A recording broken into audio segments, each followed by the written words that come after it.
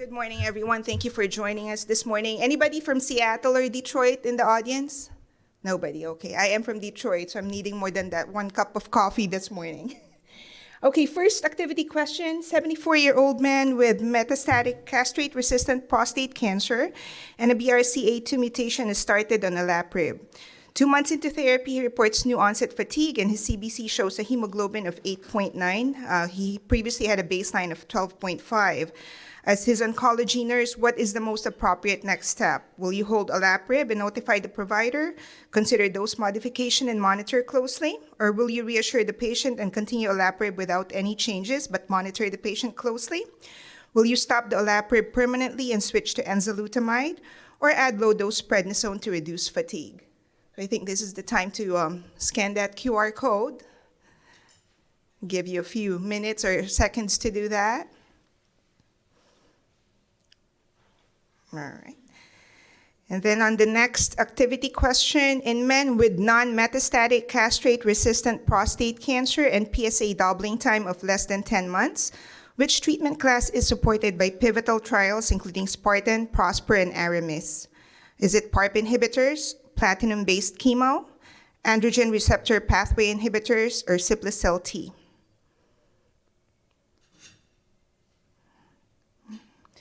And the last one is a 66-year-old man with high-risk biochemical recurrence, PSA doubling time of less than 9 months, without radiographic metastasis, is starting enzalutamide plus leuprolide, consistent with the EMBARK trial regimen. As his oncology nurse, which intervention is most important to help manage treatment-related adverse effects and maintain quality of life? Will you educate the patient about and monitor for fatigue, falls, and cognitive changes during treatment? Will you recommend calcium with vitamin D supplements only if the patient develops bone mets? Will you withhold ADT to minimize hot flashes and gynecomastia, or advise the patient that no special monitoring is required with enzalutamide? All right, these are the objectives for the talk. I'll let you guys read that. And we will go ahead and go over all of these topics during the course of the talk. All right, I will go ahead and call up Dr. Gomella now to get started. Also, I wanted to make you aware, if you have any questions for Dr. Gomella or Grace Cullen, you can go ahead and type those into your Slido app that's on your phone now from the QR code, and we'll make sure that they get answered. Dr. Gomella? Great. Well, good morning, everybody. Happy to be here. Thanks to SUNA for the opportunity. Also, my wife and I spent 10 years in Lexington, so this is sort of coming back home for us a little bit. And I, again, want to thank Plexus and the sponsors for letting us be here today. So we're going to have a tag team between myself and Grace. I represent the urology side. Grace represents medical oncology. So I think it's going to be a good balance to present everyone with all the great things going on with advanced prostate cancer. So again, everybody in the room knows this well, that prostate cancer is the leading solid tumor in men in the United States, but it is the second leading cause of death behind lung cancer. And interesting data that's been happening over the last couple of years, we had seen a steady decline in the death rate from prostate cancer. And then, as you all know, about 5 or 6 years ago, the national group made some recommendations against screening for prostate cancer. And as you know, the way prostate cancer works, it takes a couple of years before you really see an impact what's going on.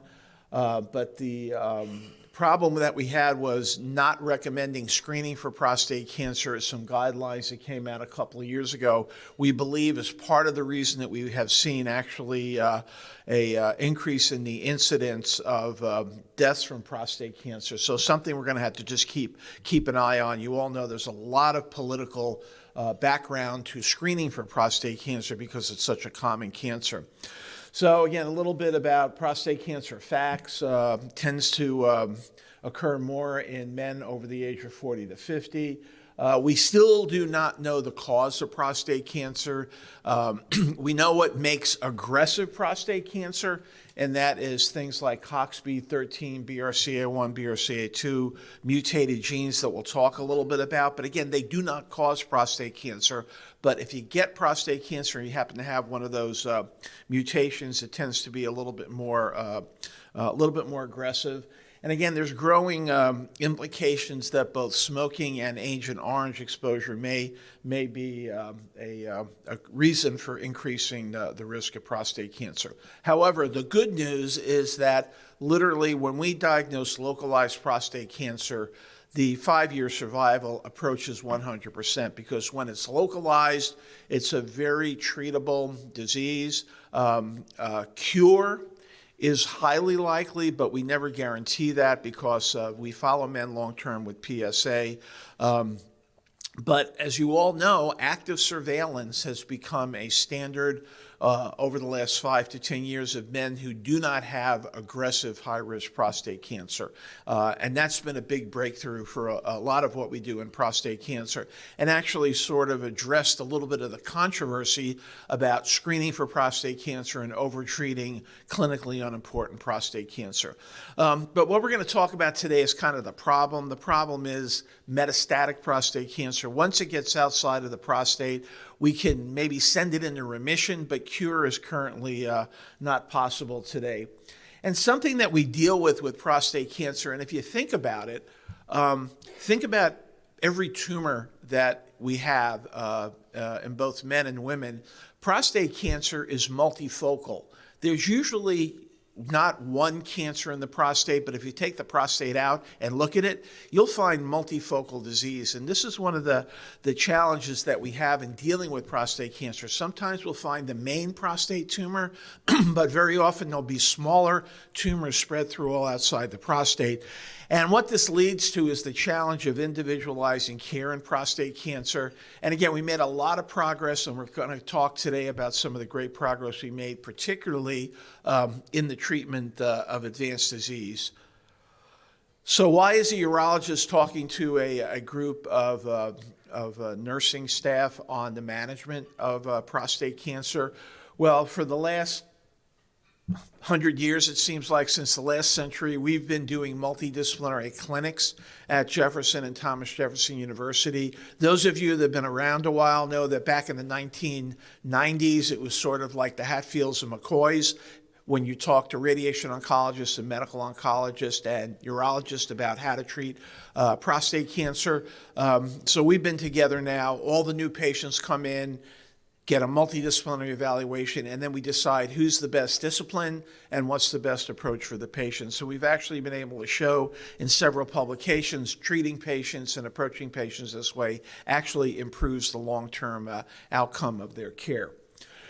So here's a quick overview of the clinical states of prostate cancer. Again, when we mention localized disease, most of the time we do pretty well, but there are patients after treatment with radical prostatectomy or radiation have PSA recurrence, and then it can go on different pathways. And these 4 boxes over here are the ones that we're going to really talk about, and that is really recurrent prostate cancer, rising PSA after definitive treatment, or a patient who presents de novo with a rising PSA and metastatic disease. So here's the 4 different areas: non-metastatic castrate sensitive, metastatic castrate sensitive, non-metastatic castrate resistant, and then finally the big one that gives us the most fear is really the last one. That's metastatic castrate resistant prostate cancer, and sadly, that's the one that causes mortality in our men with advanced disease. So the important thing for us in our discussion this morning is the identification of metastatic disease. And clearly, localized versus metastatic disease is the first big break point when you come to the diagnosis of prostate cancer. PSA gets a lot of negative press when it comes to screening for prostate cancer. But when it's used appropriately, it's a pretty powerful tool. What is undeniable is the fact that PSA is the best tumor marker of any solid malignancy anywhere. There is no tumor marker that is better than PSA when it comes to detection of recurrent disease and recurrent prostate cancer. So again, we're going to be talking a lot today about advanced prostate cancer, but one of the big things you know that has come down the pike the last 2 or 3 years is PSMA PET. And PSMA PET, I think, has been one of the most revolutionary aspects that we have in detecting advanced prostate cancer. And I think you all know how important that it is, because we can now, after, let's say, radical prostatectomy, even at a PSA level of something like 0.5 or 1.0, standard imaging might not pick up a metastatic lesion, but at a high likelihood that a PSMA scan is going to pick that up. So a lot of the things we're going to talk about, PSMA has not worked its way yet into, it's worked its way into current clinical trials, but a lot of the clinical trials that we're going to talk about that determine our approach to prostate cancer did not have PSMA involved, and now PSMA scanning is going to be a part of all of our clinical trials that look at advanced prostate cancer. Everything that we're going to talk about today, the foundation of advanced prostate cancer is androgen deprivation therapy.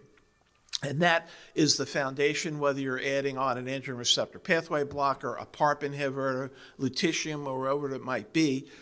ADT, keeping the testosterone down as low as possible, is really a foundation. And everyone knows that the goal is to keep the testosterone level less than 50.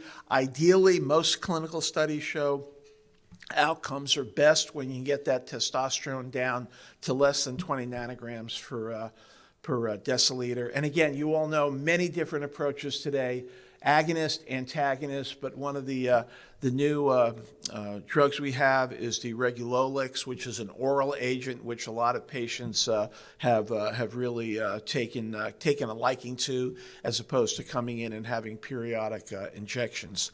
So here's kind of a timeline for some of the FDA-approved agents. If you look into the last century, before 2000, we really had very little from a medical oncology standpoint. And in fact, most of those drugs today really are not even used anymore. The big breakthrough in advanced prostate cancer came in the early 2000s when docetaxel was discovered to extend survival in several major clinical trials, both in Europe and in the United States. And then it's almost like in 2010, somebody shot a starter pistol, because from 2010 until today, there was just amazing progression of new treatments for advanced prostate cancer. And I know we're going to talk a lot about those this morning, from abiraterone, enzalutamide, all the way through the PARP inhibitors and lutetium. So again, a lot going on.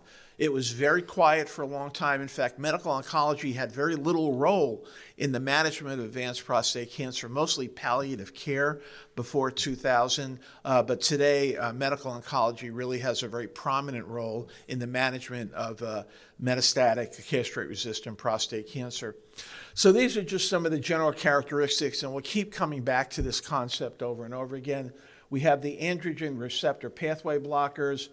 We have Sipuleucel T, which is still out there. It's not used as much as it used to be, but again, it is still available. We have cytotoxic chemotherapy. We have DNA damage pathways with radium-223, which is out there. It's not used, again, as much as it used to be, but it is still a viable agent. And of course, when you get all the way over to the right, you really get involved in what I call precision medicine, or the biomarker treatment of advanced prostate cancer. And that's really defining what we do today in advanced prostate cancer. We used to sort of just try something and see if it worked. Today, we are very focused on precision medicine using biomarker-directed therapy. So what we're going to do is talk about some of the key clinical trials and treatment of, first we're going to talk about non-metastatic castrate-sensitive prostate cancer. And what is that? That's the patient who's had definitive treatment for localized prostate cancer, either radiation or surgery, but what happens is their PSA starts to go up. The definition after radical prostatectomy is a PSA of 0.2 and rising.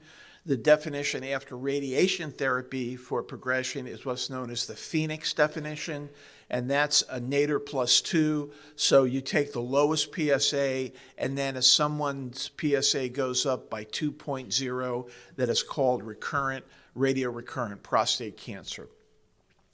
So how do we monitor patients, follow local therapy? Again, PSA, as we mentioned, is absolutely the best tumor marker today. Very often, standard imaging won't pick up a lesion or a spot with metastatic cancer, but standard imaging is CAT scan, MRI.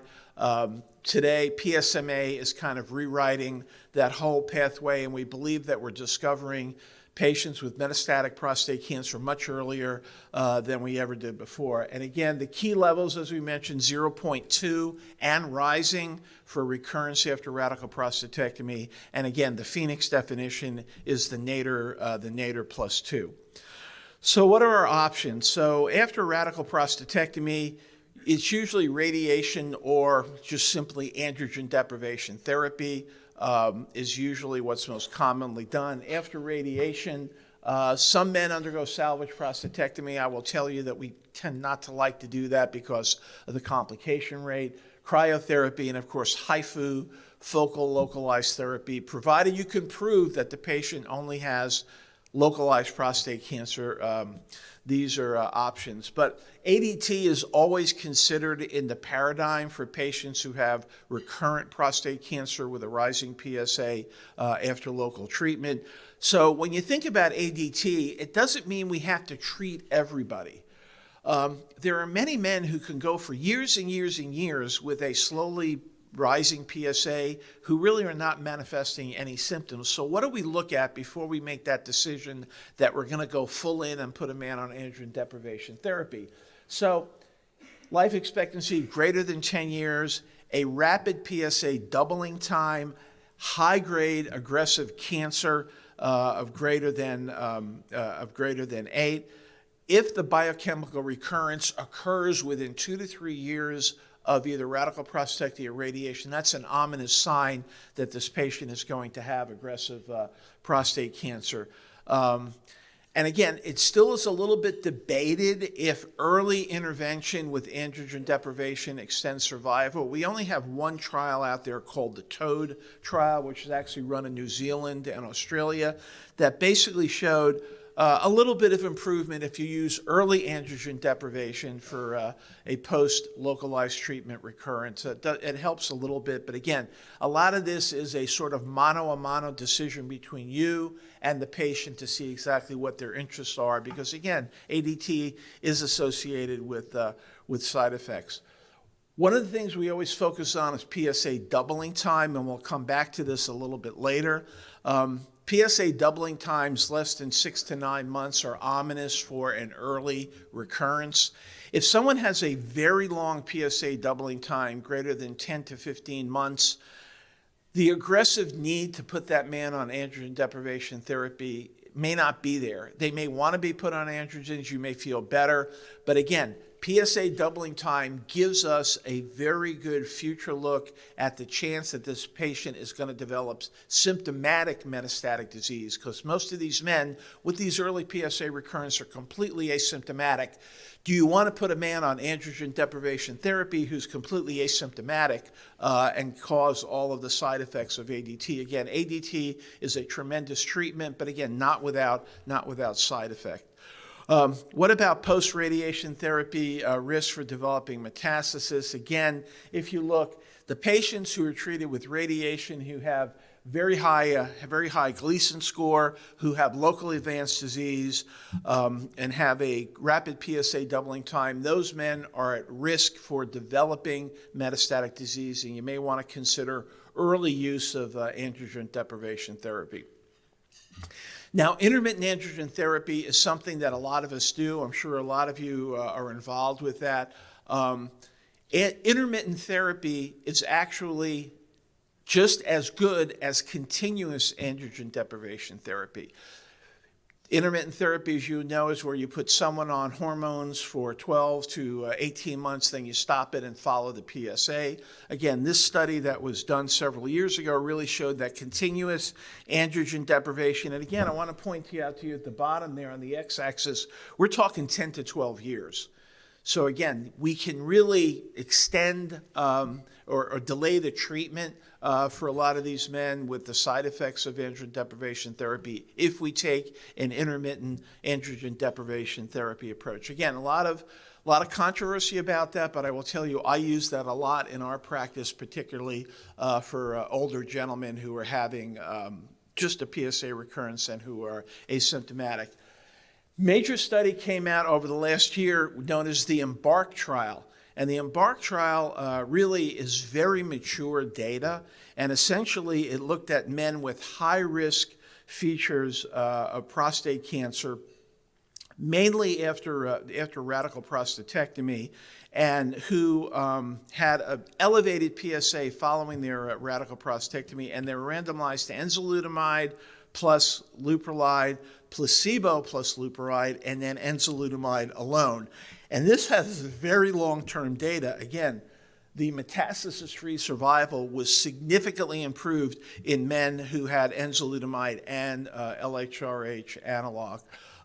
So again, something to think about. Now, long-term use of these drugs we have to be sensitive to, but when you see progression-free survival looking this impressive, going out this many years, it's something you have to think about adding enzalutamide to your androgen deprivation therapy in men with high-risk disease.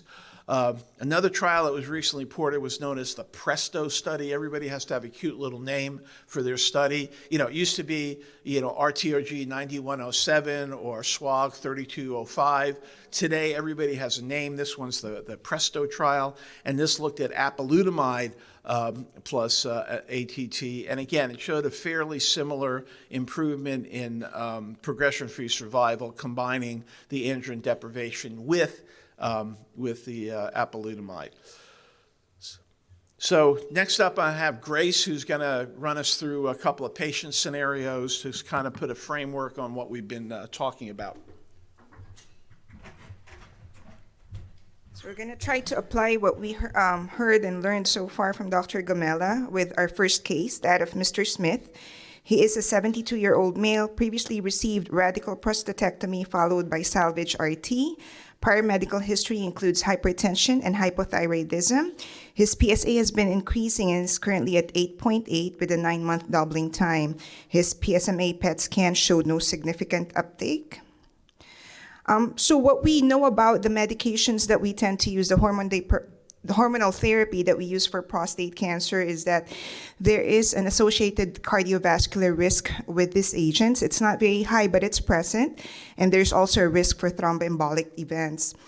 This is actually the most common cause of death among the prostate cancer population, especially in the setting of non-metastatic disease.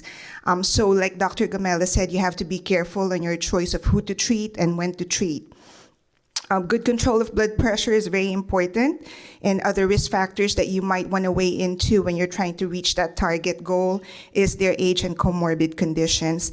So for high-risk patients with underlying cardiovascular risk, you probably want to try to shoot for a systolic between 120 to 130 and diastolic under 80. And for lower-risk individuals, 125 to 139 will be your systolic goal. Other comorbid conditions need to be under good control, such as your hyperlipidemia, diabetes, and if they're smoking, cessation counseling is very important too. And make sure you're working with other subspecialties like cardiology and definitely primary care. Aspirin low dose can also be considered for patients with underlying cardiovascular risk, obviously unless it's contraindicated. And you might also consider ECG monitoring because enzalutamide, for certain agents, particularly enzalutamide, it has been associated with prolonged QT intervals. Other things to consider when starting patients on medications in terms of adverse events is their skeletal health. Androgen deprivation has been associated with loss of bone density. So we try to do screening at baseline before you start the treatment and at least every 2 years during the course of treatment. Smoking cessation, once again, because smoking has been proven to be associated with an increased likelihood of loss of bone density as well as the use of alcohol and caffeine. We try to prophylactically use calcium with vitamin D supplements for some patients too on a daily basis. And weight-bearing exercises has also been proven to minimize the risk of loss of bone density, so we encourage that among patients. In terms of fracture prevention, if patients are found to have osteoporosis or using the FRAX tool calculator, they're found to be at high risk for fractures, we might consider prophylactic agents such as osteoclast inhibitors, biphosphonates, and denosumab. Osteoclast inhibitors decreases bone turnover and increases bone density. Very important to also note, quality of life is very important. Like Dr. Gamela say, you want to weigh your risk and benefits. Not everybody who can be treated should be treated. These agents are associated with a high likelihood of fatigue. Up to 77% of patients might develop a certain degree of fatigue. So what I recommend for patients is regular exercises. Exercise has actually been proven to be superior to medications in combating fatigue. Balanced diet, and consider dose reductions if it's really persistent. Erectile dysfunction can happen also. Use of medications such as PDE5 inhibitors, for example, sildenafil can be considered. Be careful using these agents. The nitric oxide component of these medications can induce vasodilation and lead to hypotension. We know prostate cancer tends to be a disease of the elder males for the most part. So maintaining that blood pressure within levels that are safe for them is also crucial. Vacuum-assisted devices can be considered for use also, as well as penile injection of alprostadil. A lot of patients kind of get turned off by that though, but that can also be considered.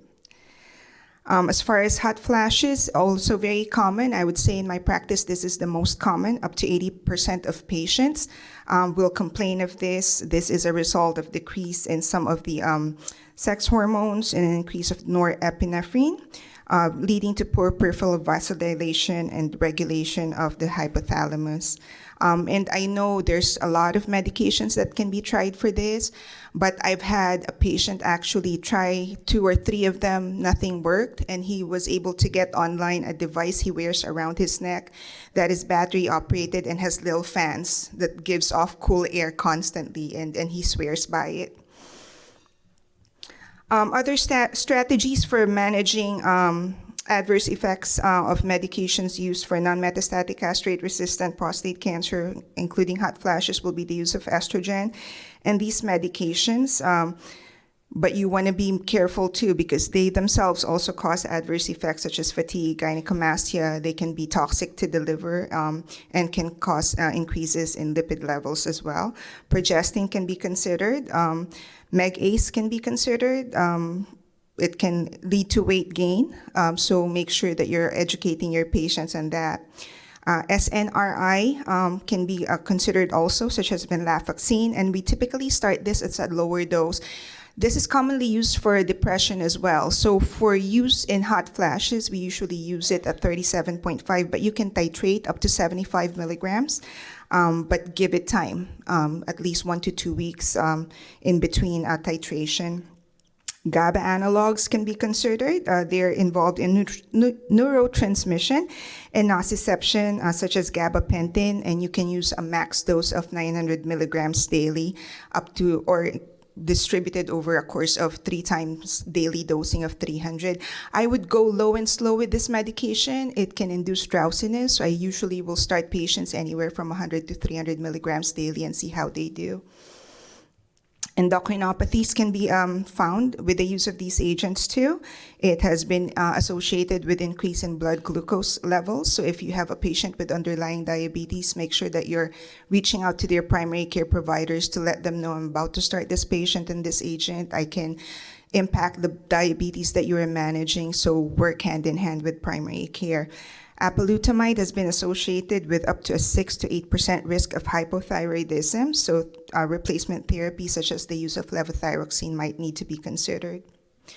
And obviously, when you intensify treatment, we are now entering the era of not just monotherapy. A lot of the studies are now finding superiority in doublet and triplet regimens.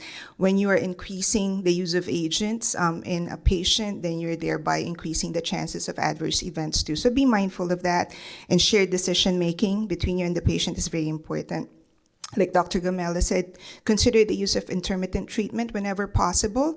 That minimizes the risk of adverse effects and also resistance later on during the course of the disease. Typically, for patients who are castrate-sensitive, non-metastatic, who has had radical prostatectomy, if you're giving them a break, you might want to consider resuming after reaching levels of 2 or higher. And if they've had no radical prostatectomy, only radiation, you might have some more flexibility to go a little higher at 5. In the EMBARK trial, using enzalutamide, they actually found that up to 90% of patients were able to tolerate a break of about a year and a half. So back to our case of Mr. Smith. Now he wants to start treatment after a discussion with him. Which would be your best agent to use to add to his ADT?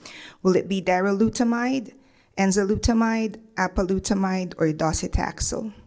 Will that give you some time to answer that question? And we are finding out if you're answering or not. Okay. All right, everybody's using enzalutamide. And that is the correct answer. Reason for that is because he has hypothyroidism. If you remember a few slides back, apalutamide is associated with hypothyroidism. So if you already have a problem with that, you don't want to aggravate it. And darolutamide and docetaxel is approved in the setting of metastatic disease. All right, so this is an open forum. At this point, we encourage you to share your thoughts. What clinical issues are most difficult you find in your practice to manage during long-term enzalutamide therapy in the EMBARK setting? For those of you who are using enzalutamide, what challenges have you found in the use of enzalutamide? And if you're familiar with the EMBARK trial, if you're not, then maybe just your anecdotal experience. Go ahead, Kim. So please pick up your phone, scan the QR code, and you can just type in a word or two. Yeah, this is an open forum. It's free text. Don't type in paragraphs, though. We don't have that kind of time. All right. Okay. Cost, yeah. Cost, financial toxicity is important. I don't know if there's still challenges getting this authorized by certain insurance companies. Fatigue, definitely. Libido, yep. Those are some of the common things. Yeah, fatigue. Fatigue is quite common, so make sure you're utilizing resources such as rehab therapy too. All right, well, we're going to move on to the next topic Dr. Gamel is going to talk about.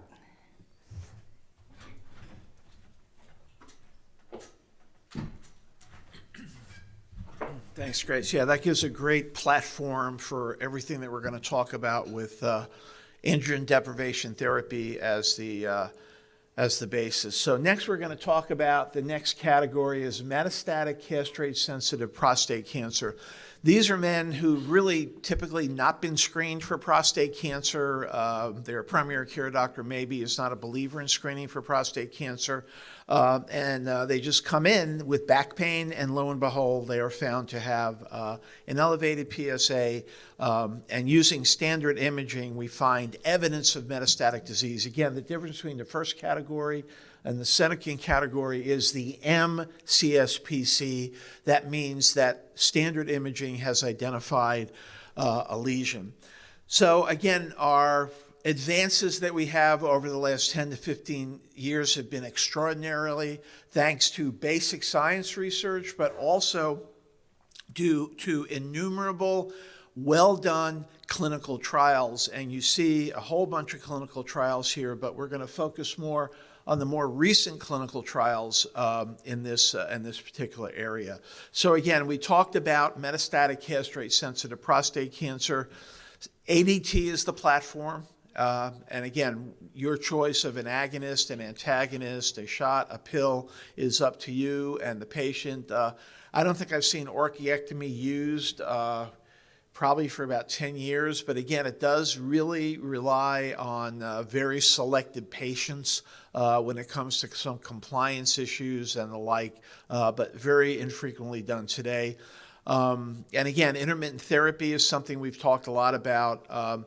There is old data on flutamide and oral anti-androgen monotherapy. Again, it is done. There's some trials out there using 150 milligrams of Casodex, but again, not commonly done today because many of our drugs that we have out there are much more prominent. A big thing now is the addition of a second agent, so ADT plus a second agent. Again, bicalutamide and the flutamide and the older drugs were not used that much, but we're talking about now androgen receptor pathway blockers primarily. If you look at the advances in metastatic castrate-sensitive prostate cancer, again, second agents used, I think, very commonly, apalutamide, enzalutamide, or darolutamide. You can add abiraterone. Chemotherapy is an option, and for some patients, it may be the most cost-effective option because a lot of infusion, as you all know, using chemotherapy is covered by insurance companies. Some of the oral agents gets a little fussier, but again, it remains an option for these men. No question that if they have high volume disease versus low volume disease, that using more aggressive therapy is probably appropriate. Again, we have a lot of clinical trials that are out there, and you're familiar with some of the names: Latitude, Stampede, Peace, Enzamet, and the like. But again, if you look at high volume versus low volume, and again, this is an important differentiator. In general, high volume disease of these men with metastatic castrate-sensitive prostate cancer is usually more than 4 METs that you can actually count on standard imaging. Low volume disease is less than that. And again, you have all these options, all these reported clinical trials that are out there. For low volume disease, low risk disease, again, you can use a little bit less aggressive therapy to treat these men because their overall survival is better than men with high volume disease.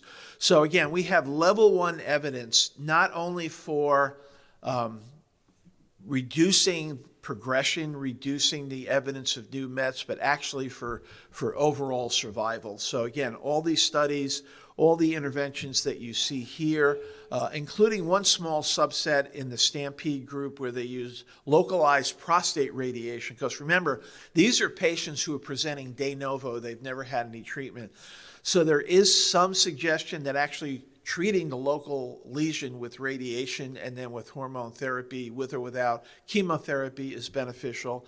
But again, if you look at the benefits in the risk groups, most of them have benefit, whether or not it's a low risk group, low number of METs, or a high risk group. And again, we have some newer studies out there, the Amplitude trial and the like, that have not been reported yet. A lot of clinical trials are out there. It's almost difficult to keep up with all the clinical trials. What I find most useful is when a trial gets reported, if it gets incorporated into NCCN guidelines, that's most helpful. If it's in the guidelines, that gives us the best pathway forward. But again, we're even using now the lutetium for metastatic, newly diagnosed castrate-sensitive prostate cancer. So again, a lot of clinical trials are out there. This is the NCCN guidelines. Actually, there is a 2026 upgrade that's out there. And again, I find this is the most useful thing. We actually have these posted in our practice office for the students and the residents, and we refer to these things very, very frequently. And again, this is low volume castrate-sensitive prostate cancer. Again, when you work them up for metastasis, you decide if they have low volume or high volume disease. So very important to differentiate: higher volume, more aggressive; low volume, less aggressive. So we have another patient that we could talk about here, and Grace will talk about some of the side effect profiles of the agents that we use commonly in metastatic castrate-sensitive prostate cancer. So these are the androgen receptor pathway inhibitors that we typically use in managing these types of patients. We have the choices of abiraterone, enzalutamide, apalutamide, darolutamide, and also the chemotherapy option of docetaxel. So again, quite common cardiovascular and fatigue for these patients. What's unique to abiraterone is that it is associated with hypokalemia. It's not very common, but it can happen. And also adrenal insufficiency. And so when we start patients on abiraterone, we always have to put these patients on prednisone prophylactically too. And you can dose it between 5 to 10 milligrams daily. And then with enzalutamide and apalutamide, it's been associated with seizures. It's a small risk, but a risk nevertheless. So if you have patients with underlying seizures, underlying neurologic conditions such as traumatic brain injury, where their threshold for seizures would be quite low, probably not the best agents to use. Darolutamide can be considered. It doesn't cross the blood-brain barrier, so less likely to induce seizure for that population. For enzalutamide and apalutamide, it can have a tendency to interact with your anticoagulants and proton pump inhibitors. So it can minimize the potential of these medications. So be careful when using them for these patients. And again, apalutamide has been associated with hypothyroidism, so supplementation might be necessary if you cannot avoid using the drug. And for all of these medications, all of these RPs, you can consider dose reduction if symptoms are persistent. For docetaxel, it has been associated with hematologic adverse events. And usually your grade 3 to 4s, these are the times or grades that you have to actually treat patients. Grade 3 anemia will be hemoglobin of less than 8, which sometimes might require management. Not always. We might have a threshold of maybe transfusing at levels of 7 for some patients, but typically at levels of grade 3 to 4, you are treating the patient and perhaps holding the dose until you go back to a grade 1, which is a hemoglobin of 10 or above. And typically, grade 3 to 4 reactions would happen in the first cycle. It can still happen later, but most commonly at that degree, by the first cycle, you know how hard this drug might be for your patient. It has also been associated with GI problems such as nausea and diarrhea, fatigue, and peripheral neuropathy. So be very careful if you are putting a patient with underlying diabetic neuropathy on this medication. You can potentially aggravate that, and quality of life is very, very important. So we're going to move on to our second case, that of Mr. Jones. He's a 75-year-old male who was diagnosed with low-volume metastatic castrate-sensitive prostate cancer. His medications are currently hydrochlorothiazide being used for his hypertension and gabapentin for his diabetic neuropathy. He's about to start on androgen deprivation combined with abiraterone and prednisone. What blood test should the APN monitor while he is on this regimen? Is it his basic metabolic panel, his LDH, his SPEP, or his AFP? We'll give you some time to answer that question too. Everybody said BMP, and you are right. LDH, SPEP, and AFP are tests typically used for other conditions. You're going to do a BMP again because the patient is about to start on ABI, which has been associated with hypokalemia, so you want to monitor his serum potassium levels. All right, we're going to move on to the next topic.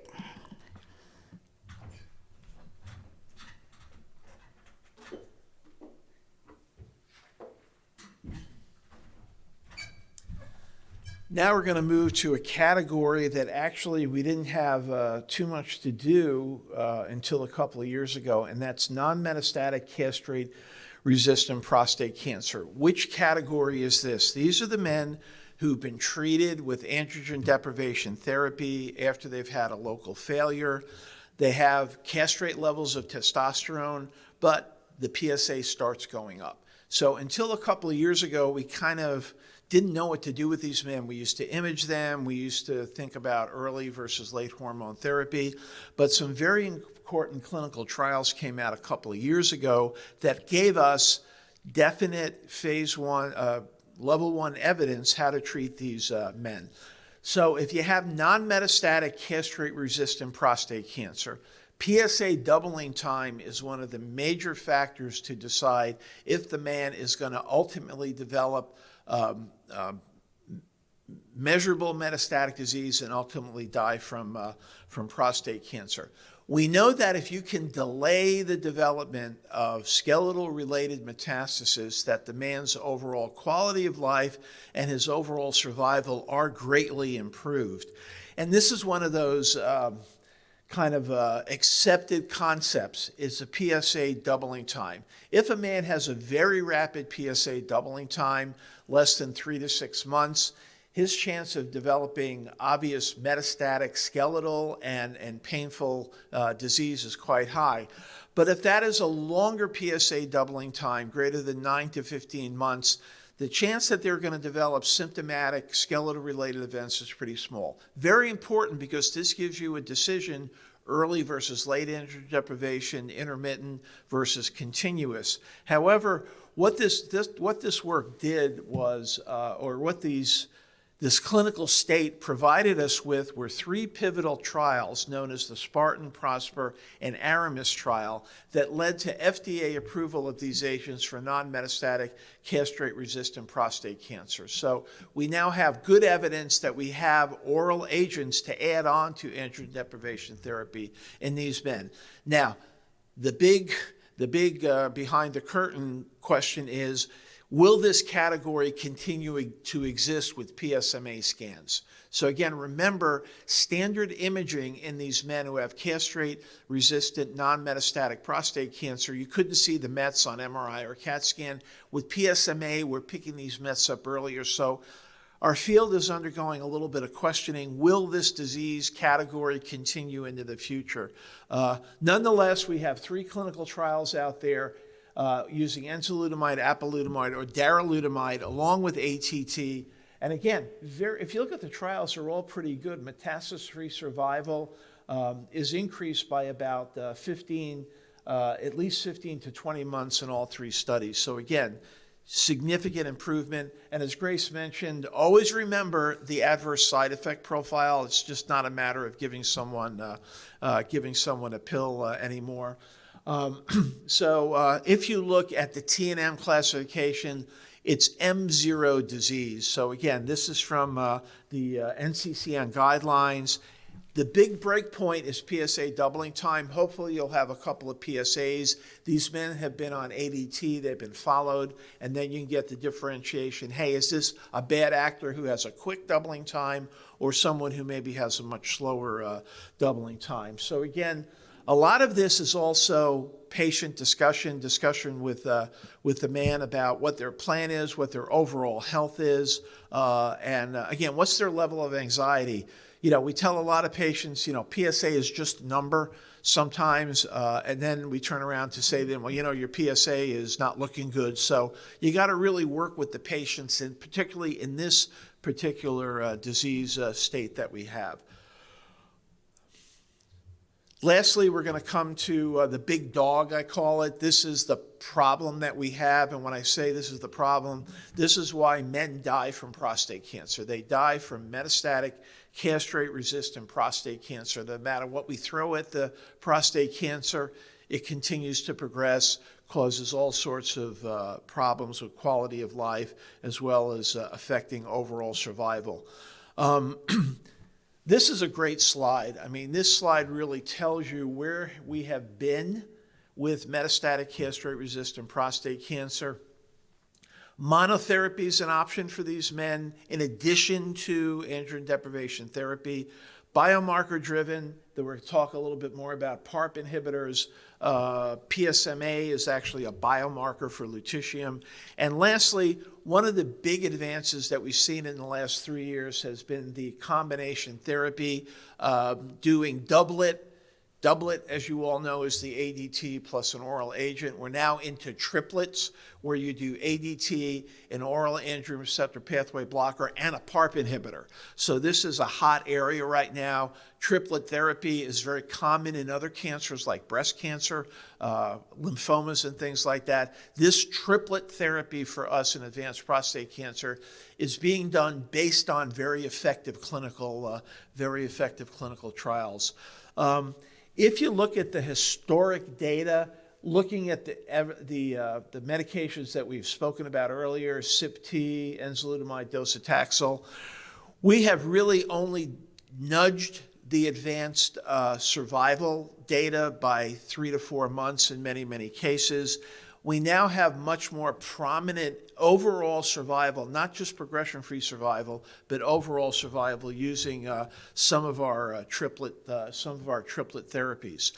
So you may be familiar, those of you in the prostate cancer world for a couple of years, abiraterone versus enzalutamide, enzalutamide versus abiraterone. There used to be a lot of switching back and forth. If a man had metastatic castrate-resistant prostate cancer and wasn't responding to Abi, you put him on Enza versus Abi. Pretty much today, the abiraterone followed by Enza is probably a better strategy. If you have Enza and then put them on abiraterone, tends not to work as well. Something that we tend to forget about is chemotherapy. Cabazitaxel is out there as a very effective agent to deal with these men, and there are some very novel studies out there combining immunotherapy with chemotherapy in these patients. And of course, one of the big areas right now is lutetium-177, which I think is going to be, in the next 5 years, the next revolutionary step, because it's actually now being used with radical prostatectomy and having amazing results and called the lutectomy trial. So again, this is something to really keep your eyes on. But a lot of what's happened the last 5 years is really because of basic science, clinical trial coming together. Precision medicine is where we are, particularly for advanced prostate cancer. And we're going to talk about some of those examples that are giving better ability to diagnose prostate cancer, but also giving us more effective treatment. A big breakthrough happened around 2015, 2016. Those of you that have dealt with medical oncology and breast cancer, this is kind of stock in trade, understanding germline mutations. We've known about this. Angelina Jolie and her discussion about inherited mutated tumors and things like this have been around a long time. It really wasn't until 2015 or 2016 that we finally figured out there was this connection between the same genes in breast cancer can be active when they're mutated in prostate cancer. So in ladies, BRCA1, when it's mutated, causes more aggressive breast cancer. In men, it turns out it's the BRCA2 is the more active mutated gene that causes advanced prostate cancer. And again, remember, I always like to say this when I talk to my medical students and residents, these genes do not cause cancer. We still do not know what causes prostate cancer beyond some of the things like family history. However, if you've got these mutated genes that are not working well to protect your genome, you tend to develop more aggressive cases of prostate cancer.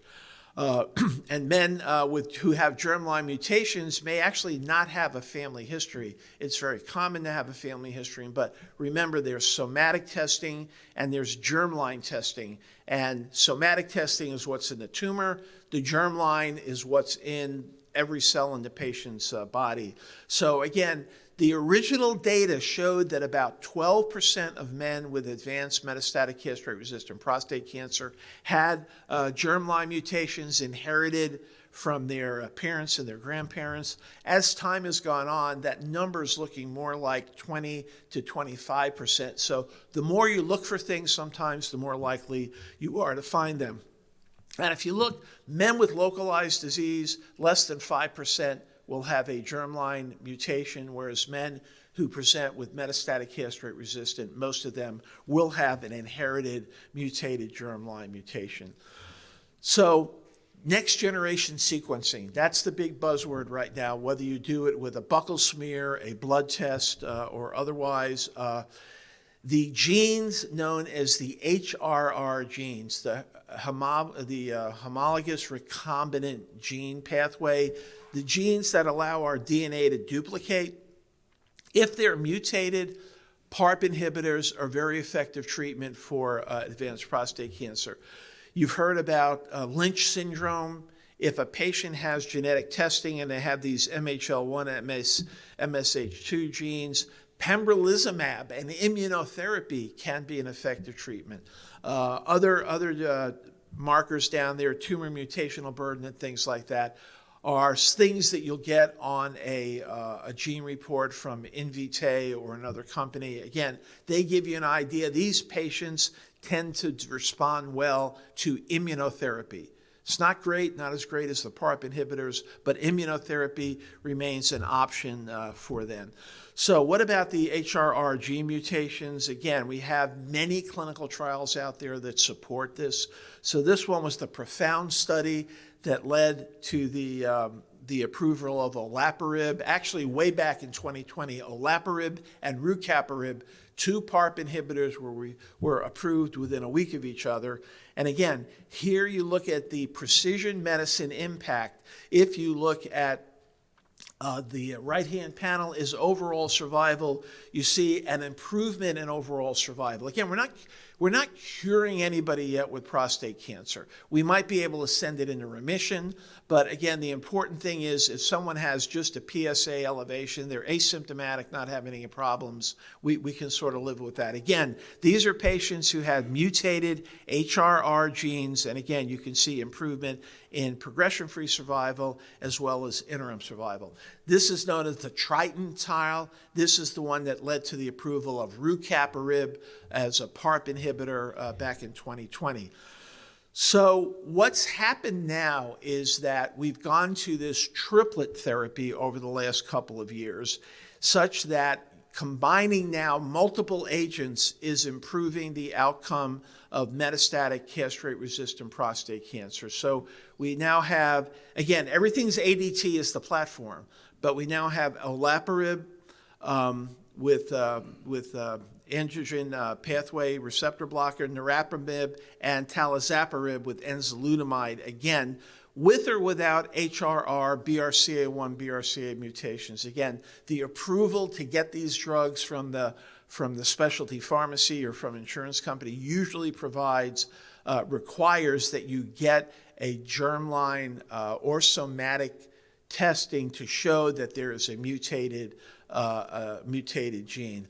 So again, the PROPEL trial, the MAGNITUDE trial, the TALAPRO trial, again, these are cute names for these trials, but at the end of the day, they give us very strong data that particularly in patients with HRR mutations, mutated BRCA1, BRCA2, tend to do much better with castrate-resistant disease. If you look at the FDA approvals on the left-hand side, olaparib and rucaparib were the first two PARP inhibitors in prostate cancer that were approved. Pembrolizumab, which you know is like almost going to be, I think, put in, I think they have 18 different approvals right now. But if you look at things like microsatellite instability or tumor mutational burden, these are genetic characteristics. They're not HRR mutations, but they are sequences that you can identify when you do somatic or germline testing. Again, they tend to respond to pembrolizumab. The big thing at the bottom is the triplet therapy, niraparib and abi, olaparib and abi, or talazoparib and enzalutamide. Again, triplet therapy is becoming the standard of care for advanced prostate cancer. PET CT scans now picking up really amazing low levels of metastasis that we could never find before.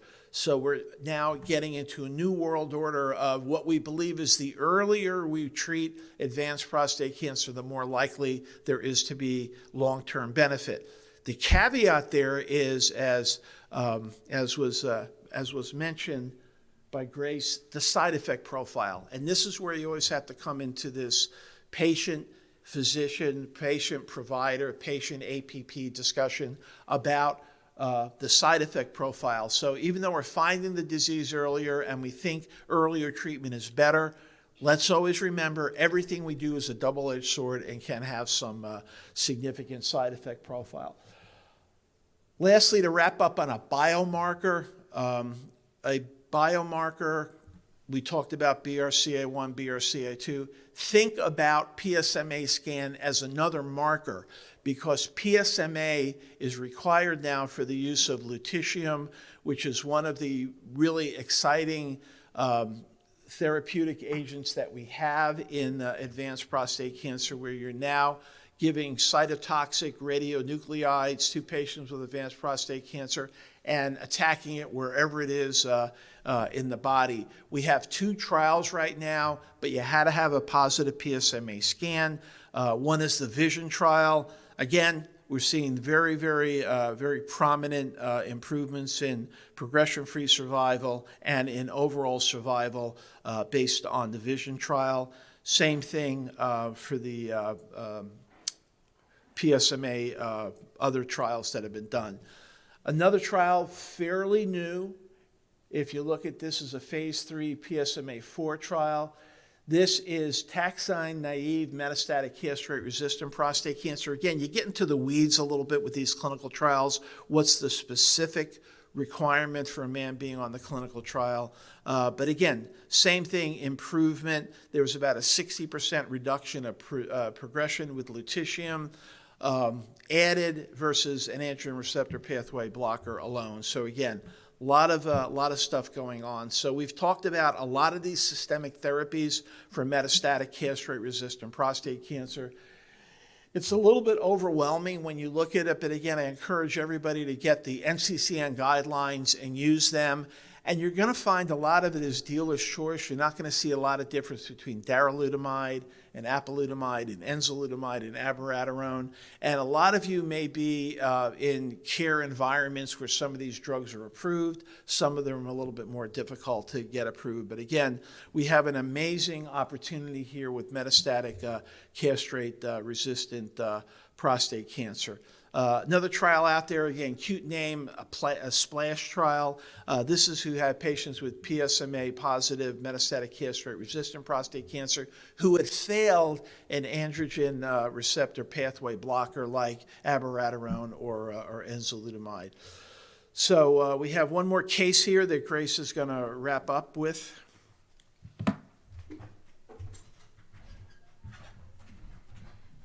So unfortunately, Mr. Jones went on to develop ricine PSA on a combo of abiraterone, prednisone, and ADT. His PET scan is now showing increase in the size and number of his bone lesions of more than 5. He previously had a germline genetic test that showed a BRCA mutation. What are you going to do at this point? Are you going to start enzalutamide, olaparib, docetaxel, or pembrolizumab?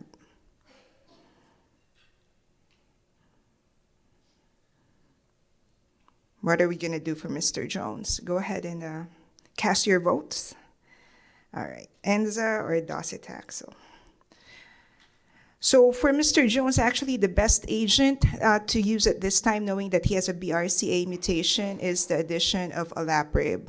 It has been found to be superior in the setting of BRCA mutation compared to these other agents. Again, pembro is used for mismatch repair gene deficiency, and we don't have that information for him.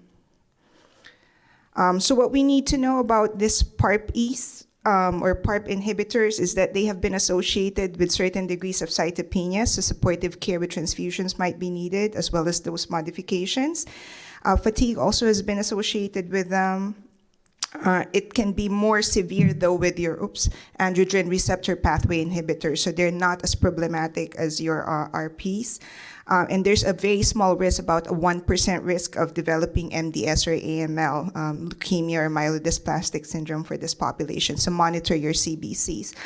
For lutetium PSMA, typically well-tolerated, low-grade adverse events have been found with them. Fatigue can happen too, so supportive care is important.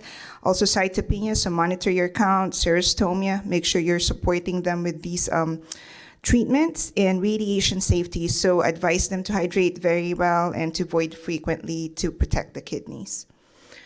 These are some of the other side effects that we have seen with the use of these agents. So be careful with your older population. On average, metastatic cancer patients tend to have older age, so they tend to have more conditions that are coexisting too. Make sure you're validating their functional status using tools that have been validated before. Old does not always equal to frail. And again, control of cardiovascular disease or risk factors is very important. And manage the cytopenias whenever they arise. Leukopenia has been associated with up to 40% incidence in the use of lutetium, and thrombocytopenia up to 70% of patients. But again, usually milder cases, and patients are typically asymptomatic. For bone mets, you want to prevent skeletal-related events by using these medications that would promote their bone strength. So if we can have you share your thoughts, what aspects of care have you found most difficult when you're integrating the use of PARP inhibitors into your prostate cancer treatment? What has been the challenges in managing these patients?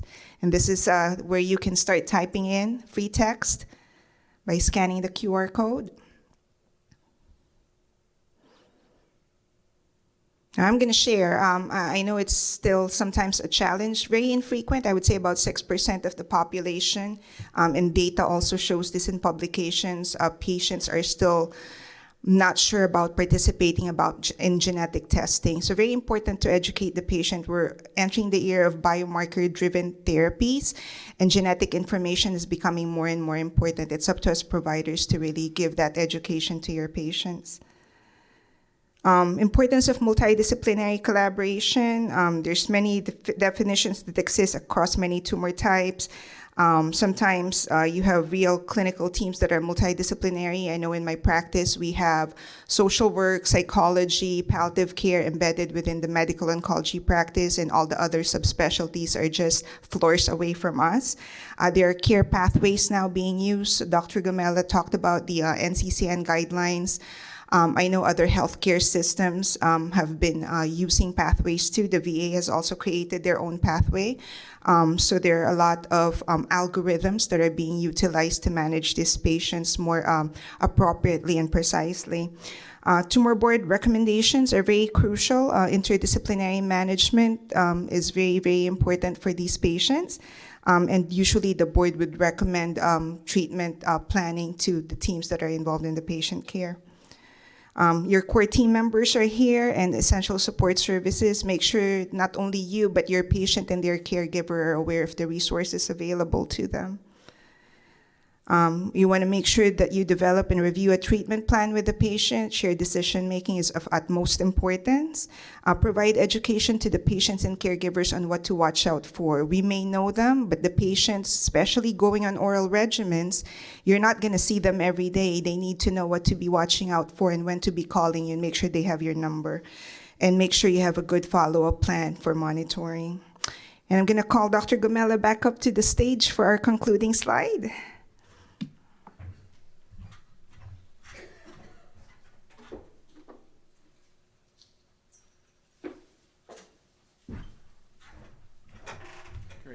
Thanks, Grace, for that summary. So again, I think it's very important, and I think we've stressed over and over again, the real importance of the team, particularly the nursing staff, the APPs, more and more involved with the treatment of patients with all stages of prostate cancer, but most critical now with all of these therapeutic agents that we have available for advanced prostate cancer, a lot of hand-holding is necessary. One thing that I've learned over the years, if you warn patients about hot flashes, they're more likely to deal with them, as opposed to the man you don't warn about having a hot flash with ADT, who has a lot more problems with. So again, a lot of patient counseling is very important, and the team approach that Grace has mentioned. So again, it's been an explosion of available treatments for advanced prostate cancer statement. But what's happening, I like to say it's a shift to the left. Everything that we use now for advanced prostate cancer is moving earlier and earlier and earlier in disease. Again, to me, one of the most interesting trials you're going to be hearing more about is the lutectomy trial, where patients are getting Pluvitco before radical prostatectomy and seeing amazing local and systemic effects from it. So keep your eyes on that. Clinical trials are quite robust. There's a lot of them to keep track of. I actually have a little side project where I keep the cute names of all these projects out there. I'm up to about 256 different names. One day I'm going to write a telephone book on all the different trials, and you can look at the trial's name and say what the trial was and what the results were. So there's really a lot going on in our field. A lot of being invested from a pharmaceutical standpoint. But again, the bottom line and the reason we're here today is really reinforce the multidisciplinary approach to give the patient the best long-term outcome. So again, thank you all for letting us be here. We appreciate the opportunity for SUNA, for Plexus, and of course the sponsors who make all of this great stuff possible for making the meeting happen today. So again, thank you, and thank you, Grace, for the nice overview comments.